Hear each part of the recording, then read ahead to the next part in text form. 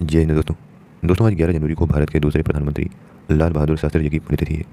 दोस्तों लाल बहादुर शास्त्री जी जिनका निधन उज्बेकिस्तान के ताशकंद में 11 जनवरी 1966 को रहस्यमयी परिस्थितियों में हुई थी। आज भी उनकी मौत की गुत्थी अनसुलझी हुई है, क्योंकि कोई कहता है कि उनका निधन दिल का दौरा पड़ने से हुआ, तो कुछ लोग इसके पीछे षड्यंत्र की आशंका भी जताते हैं। दोस्तों शास्त्री जी का जन्म 2 अक्टूबर 1904 को मुगल सराय में हुआ था।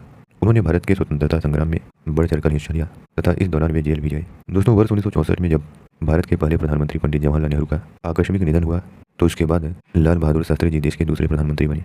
प्रधानमंत्री के रूप में उनके कार्यकाल के दौरान उनके सामने कई समस्याएं आई, जिनका उन्होंने पूरी क्षमता और कुशलता के साथ सामना किया। अपने कार्यकाल के दौरान उन्होंने देश में खाद्यान्न उत्पादन को बढ़ाने के लिए हरित क्रांति की शुरुआत की। इसके साथ ही देश में दुग्ध उत्पादन को बढ़ाने के लिए उन्होंने श्वेत क्रांति की भी शुरुआत की। तथा वर्ष 1965 में जब पाकिस्तान ने भारत पर हमला कर दिया, तो उन्होंने पूरी कुशलता और सूझबूझ के साथ भारत का नेतृत्व किया तथा 1965 के जंग में भारत ने पाकिस्तान को करारी शिकस्त दी थी। दोस्तों 1965 के भारत पाकिस्तान युद्ध के बाद ही दोनों देशों के बीच शांति समझौता होना था।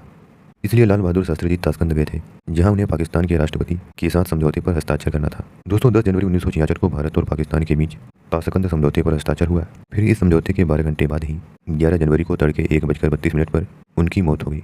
दोस्तों शास्त्री जी की मौत के बाद उनके रिश्तेदारों और उनके जानने वालों ने इसके पीछे षड्यंत्र की आशंका जताई थी। कहा जाता है कि शास्त्री जी की मौत के आधे घंटे पहले तक वे बिल्कुल ठीक थे, लेकिन 15 से 20 मिनट में उनकी तबीयत बिगड़ गई। इसके बाद डॉक्टरों ने उन्हें इंट्रामस्क्यूलर इंजेक्शन दिया और इंजेक्शन के चंद मिनट बाद ही उनकी मौत हो गई। दोस्तों शास्त्री जी की मौत को साजिश इसलिए कहा जाता है क्योंकि उनका पोस्टमार्टम भी नहीं किया गया था। उनकी पत्नी ने दावा किया था कि उनके पति को जहर देकर के मारा गया था, और उनके बेटे का भी कहना था कि जब शास्त्री जी का शव उन्हें मिला तो उनका पूरा शरीर नीला पड़ चुका था।